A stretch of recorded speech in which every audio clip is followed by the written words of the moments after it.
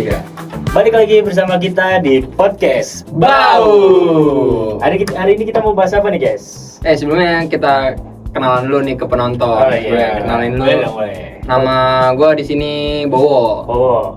Nama gue Akmal dan nama gue Uki. Jadi singkatan kita bertiga itu Bau. Langsung aja ke topik. Oke, kita lanjut ke topik yang pertama ya. Betul. Hari ini kita bakal bahas topik yang sering disalahartikan sebagai cinta. Padahal sebenarnya bisa jadi bentuk manipulasi, yaitu love bombing. Awalnya sih kelihatan romantis banget ya. Dikasih perhatian berlebihan, pujian terus-menerus, bahkan hadiah. Tapi apa itu benar-benar cinta atau justru strategi untuk kontrol seseorang? Menarik. Jadi masuk aja nih pada pengertian love bombing. Nah, secara sederhana, love bombing adalah perilaku memberi perhatian, kasih sayang, pujian secara berlebihan di awal hubungan untuk mendapatkan kontrol emosional. Nah, konsep ini sering dikaitkan juga nih guys dengan individu yang memiliki kecenderungan narcissistic personality disorder atau NPD. Meskipun tidak semua pelaku punya gangguan tersebut. Dalam literatur psikologi, ini juga berhubungan dengan pola hubungan manipulatif yang sering muncul dalam hubungan tidak sehat atau toxic relationship. Nah, lanjut lagi pada love bombing ini memiliki ciri-ciri. Yang pertama, ada berapa tanda yang sering muncul, yaitu yang pertama, pujian berlebihan dalam waktu singkat.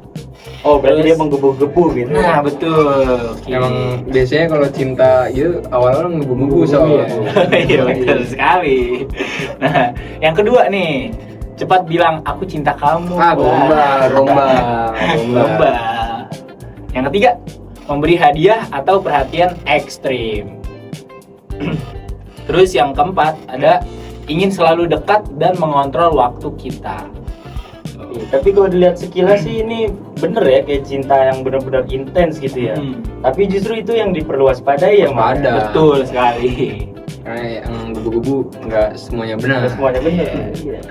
Menurut jurnal hubungan interpersonal, love bombing biasanya punya pola. Polanya itu ada idealization atau pengidealan. Korban itu dipuja habis-habisan di awal, terus ada devaluation, penurunan nilai, itu mulai muncul kritik dan manipulasi, dan yang terakhir ada discard atau penolakan. Korban ditinggalkan atau diabaikan. Berarti dia tuh ada alurnya ya. Iya. Ada alurnya. Habis dia dipuja nih, habis-habisan nih. Awal-awal seneng, tinggi. Habis tinggi itu mulai tuh muncul atau dikritik. Mulai ada manipulasi. Langsung setelah itu ditinggal. Udah klasik banget sebenarnya ya. Banget sih itu. Nah, jadi ini mirip siklus dalam hubungan dengan individu yang memiliki kecenderungan narsistik. Oh, itu masuk narsistik jatuhnya? Betul sekali, masuknya narsistik. Nah, jadi menurut beberapa penelitian yang bisa dijadiin dasar, itu ada salah satunya Norcross dan Lambert tahun 2018. Dia itu tentang hubungan terapeutik berkontribusi besar terhadap keberhasilan terapi. Yang kedua ada Rogers tahun 1957. Dia itu membahas tentang kondisi inti terapi efektif adalah empati, kongruensi, dan penerimaan tanpa syarat. Lalu selanjutnya itu dalam buku The Skill Helper oleh Gerard Egan dijelaskan bahwa hubungan yang suportif dan penuh kepedulian adalah fondasi utama dalam membantu klien berkembang. Lalu kita masuk ke dampak psikologis. Dampaknya itu nggak main-main. Ada ketergantungan emosional, terus kehilangan kepercayaan diri, kebingungan, emotional confusion, terus bahkan trauma hubungan. Nah, karena korban merasa tuh dulu dia baik banget, tapi kok sekarang kayak gini, tapi kenapa sekarang berubah gitu. 3. Nah, masuk pada perbedaan love bombing versus cinta yang sehat itu gimana sih? Nah, masuk pada cinta yang sehat itu pertama, konsisten, tidak terburu-buru.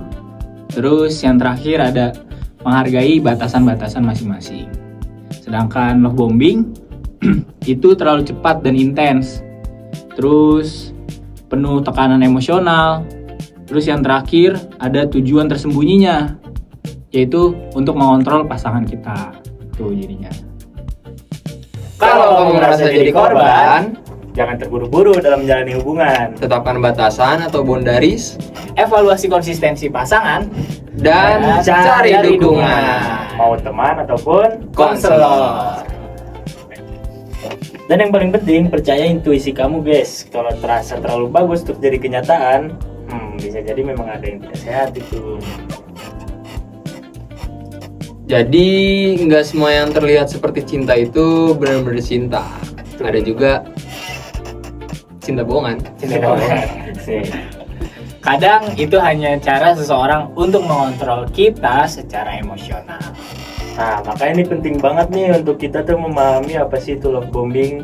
Nah, supaya kita bisa membedakan antara cinta yang sehat dan manipulasi atau palsu lah gitu. Nah, jadi kesimpulannya nih guys, nggak semua perhatian berlebihan itu tanda cinta. Kadang itu juga adalah bentuk manipulasi yang dibungkus dengan kata sayang.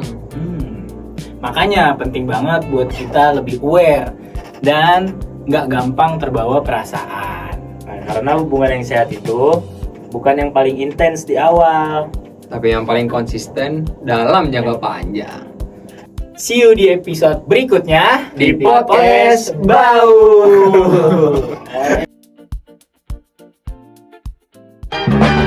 One is the loneliest number that you'll ever do.